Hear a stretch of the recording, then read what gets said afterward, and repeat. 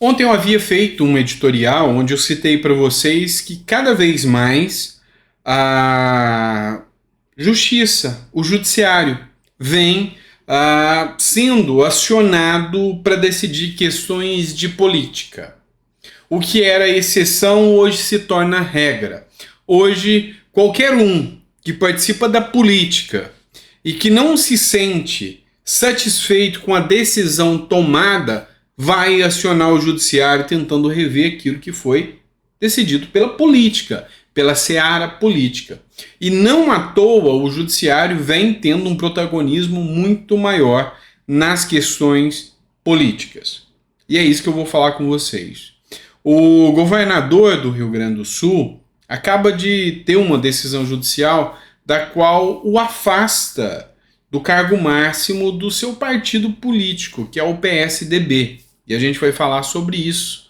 A gente vai falar também sobre uma ação que alcançou Braga Neto. Enfim, tem muita coisa importante nesse editorial, daquele jeito que você já está acostumado. Vamos lá. Matéria do Terra Brasil para vocês. Justiça determina o afastamento de Eduardo Leite da presidência do PSDB e exige novas eleições. Por determinação da Justiça, Eduardo Leite, governador do Rio Grande do Sul, terá que se afastar da presidência do PSDB, cargo que exercia desde fevereiro deste ano. A decisão foi tomada pela juíza Thaís Araújo Corrêa, do Tribunal de Justiça do Distrito Federal, que ainda ordenou que todas as decisões tomadas por Eduardo Leite desde 2022 sejam anuladas, incluindo a prorrogação do próprio mandato, considerada irregular pela juíza.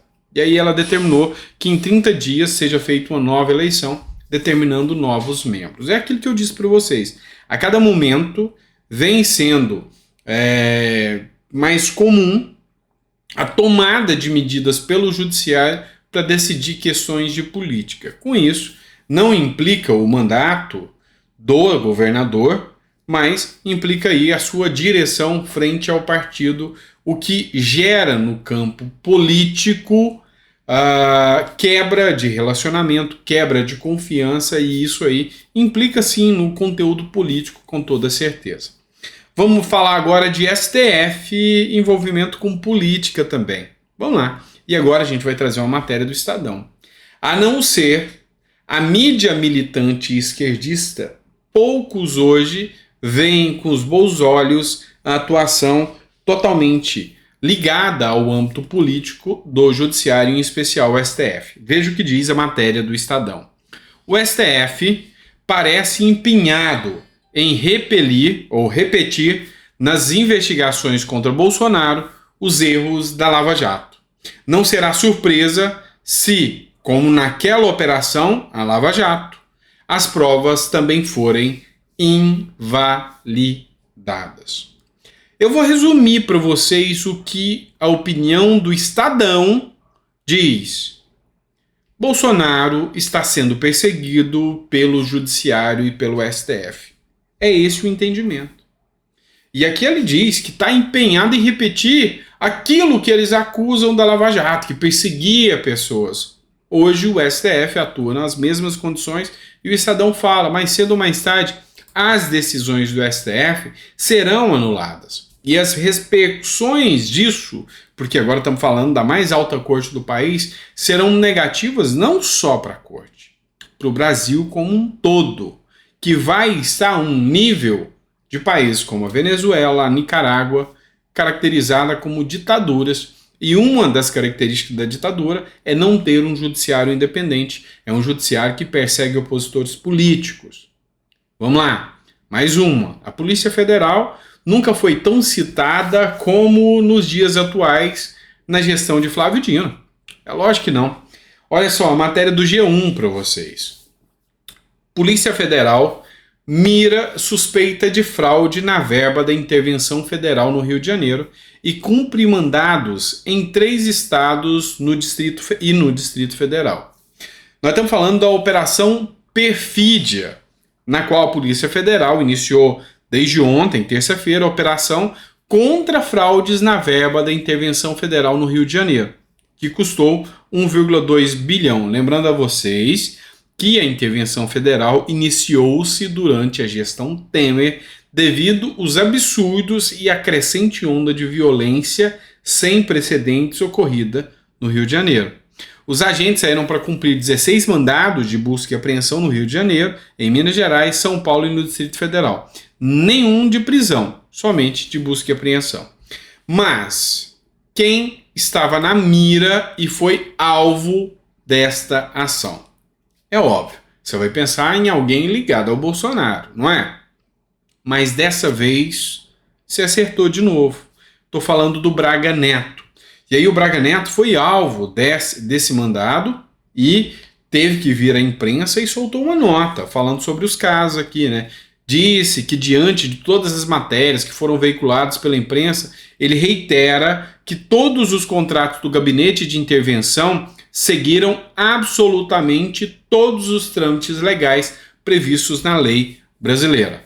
Nota oficial sobre a suspensão da compra de coletes balísticos da empresa americana CTU Security durante a intervenção pública federal na segurança pública do Rio de Janeiro. E aí, teve essa investigação, alvo da Polícia Federal, que visa aqui alcançar possíveis fraudes em licitação e colocaram aqui o Braga Neto como alvo, porque ele era um dos gestores durante a gestão Bolsonaro, manteve-se ali a intervenção do Rio, dando continuidade às ações do Temer, e o Braga Neto foi um dos que participaram dessas intervenções, dessa intervenção federal no Rio de Janeiro. Bora trazer mais uma matéria, uma vergonha, que a gente tem que ver sendo endossada pelo judiciário e que vem do seio político do governo sindicalista de Luiz Inácio Lula da Silva. Matéria do ranking dos políticos. Aprovado. O Supremo Tribunal Federal autorizou a volta do imposto sindical compulsório. E, de novo, o trabalhador terá o seu dinheiro sendo retirado para bancar quem nada produz. Os sindicatos podem descontar parte do salário dos trabalhadores, mesmo que esse trabalhador não autorize. Caso não queira o desconto, o trabalhador é que vai ter que entrar com um pedido de recusa no sindicato. E aí eu oriento que os trabalhadores façam isso.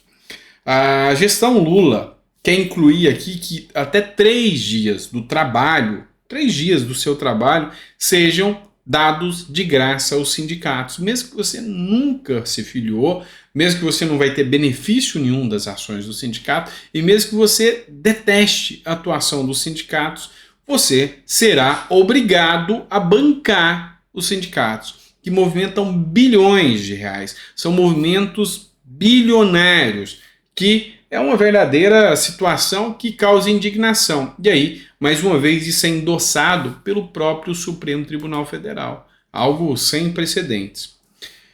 Ontem eu trouxe um vídeo da Damares Alves para vocês, onde ela denunciava o caso do Vasquez, do Silvinei Vasquez, que é um dos homens que mais combateu tráfico de drogas no Brasil, recorde de apreensão, e hoje está na papuda. E o Supremo negou o pedido de liberdade provisória e ela fez um discurso aqui que chamou muita atenção, bem conciso, bem coerente. Hoje a gente traz uma matéria talvez preocupante para vocês. Lembrando que o governo Lula suspendeu um projeto que iniciou durante a gestão da Damares enquanto ministra da Mulher e dos Direitos Humanos e que visava proteger as crianças do Marajó. Visava proteger as crianças da ilha de Marajó. E foi encerrada essa atividade, o que causa um impacto negativo. Só que agora foi impetrada uma ação civil pública pelo Ministério Público Federal pedindo uma indenização de 5 milhões de reais ao povo do Marajó contra Damares Alves. O Ministério Público Federal ajuizou nesta terça-feira, 12, uma ação civil pública para a ex-ministra e atual senadora da República, Damares Alves, pague em conjunto com a União 5 milhões de reais em indenização à população do Marajó, no Pará. O caso refere-se a uma fala da ex-ministra em um culto durante as eleições de 2022.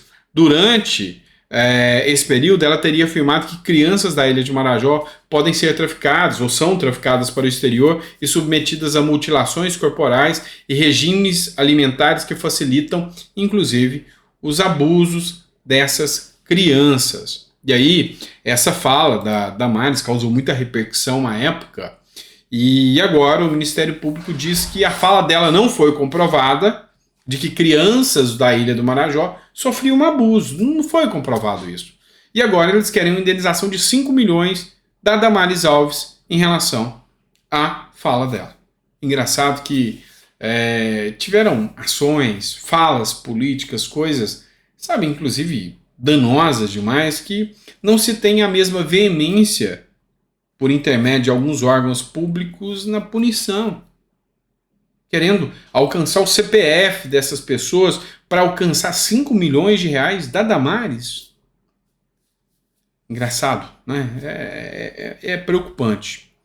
Pavinato fez uma publicação, lembrando que o Pavinato, além de jornalista, que ele faz o papel jornalístico, assim como eu, o Pavinato é um jurista. E ele fala agora aquilo que eu já tinha anunciado para vocês sobre a questão do Mauro Cid e da delação dele. Ele elencou 6 pontos, onde ele diz o seguinte: a delação de Mauro Cid é nula, assim como eu citei para vocês. Por quê? 1. Obtida mediante coação, prisão relaxada na sequência, ou seja, Mauro Cid foi preso para delatar. Enquanto ele não delatasse, ele não seria solto. E aí tem que lembrar as falas do Gilmar Mendes dizendo que isso é a prática de tortura, lembra disso? Número 2, oriunda de preventiva ilegal em caso diverso, ou seja, foi feita uma preventiva. Em um outro caso, que é o caso de cartões de vacinação, e a delação não é vinculada a caso de cartão de vacinação, ou seja, é uma preventiva, tá? Ilegal em caso diverso. É isso que o Pavinato fala. Número 3, homologada por juiz sem competência jurisdicional. Nem o Mauro Cid tem foro privilegiado e nem o delatado, que seria o Bolsonaro, também não tem o foro privilegiado. 4, tratativas e homologação foram noticiadas. A lei proíbe que essa delação seja noticiada e veiculada. Tem que acontecer em total e absoluto sigilo, haja vista o intuito da lei que está prevista na Lei de Organizações Criminosas. Número 5. Serve a inquérito abusivo. Não pode haver peculato se o bem não é público. Eu já falei para vocês, não há que se falar em ilegalidade no caso. Imoralidade, sim. Eu advogo isso. É imoral, mas não é ilegal. Nem no caso do Lula e nem no caso do Bolsonaro. Mas é imoral no caso do Lula e no caso do Bolsonaro. Ambos são. Número 6. Fere a jurisprudência do próprio Supremo Tribunal Federal. E ainda cito mais. Não teve anuência do Ministério Público. Apesar do próprio Supremo dizer que a anuência do Ministério Público ela não é obrigatória, vinculante, ou seja, o Ministério Público tanto faz, está errado. O Ministério Público é o fiscal da lei, custos legis. Ele é o dono da ação penal. Primeiro ponto. Segundo, a lei é clara, específica, dizendo que deve haver a manifestação do Ministério Público. A lei foi interpretada pelo Supremo de acordo com o bel entendimento deles, ou seja, interpretaram além da mens legem, ou seja, além da mensagem verdadeira da lei, porque a lei em momento algum fala que não é vinculativo. Não tem como a gente estender algo que é uma leitura óbvia. O delegado poderá afirmar feita a manifestação do Ministério Público. Então, se uma coisa não é vinculativa, o Ministério Público vai manifestar para quê? Para perder tempo e mais dinheiro público? Que é caríssima a manifestação do Ministério Público. Somos nós que bancamos. A letra da lei não pode ser uma letra morta. Não pode ser algo que é colocado, pela mera intenção, pelo mero prazer de colocar a letra morta numa folha em branco de papel, lembrando La Salle, né? Então não é assim que funciona. Se a lei fala delegado de polícia com a parte, com a manifestação do Ministério Público, como que isso não pode ser vinculante? Não faz sentido, tá? Não faz sentido algum. Essa é a minha visão de advogado aqui, tá bom? É isso, pessoal. Muito obrigado por ter ficado até o final do editorial. Tentei ser um pouco mais técnico aqui para tratar de todos esses temas com vocês. Muito obrigado por ter ficado até o final conosco e a gente volta com mais conteúdo amanhã cedo. Obrigado por ter ficado com a gente. É sempre um prazer estar aqui com vocês. A gente tenta, dentro do possível, estar acompanhando todas as informações. Tem muita gente que às vezes pede, você não falou sobre tal coisa você não falou.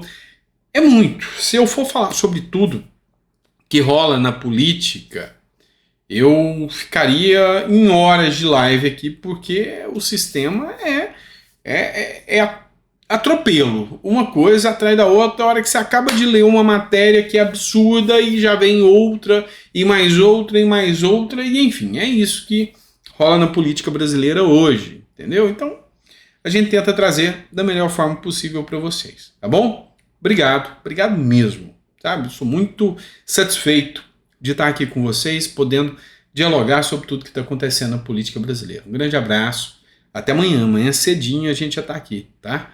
Grande abraço para vocês, até quarta-feira.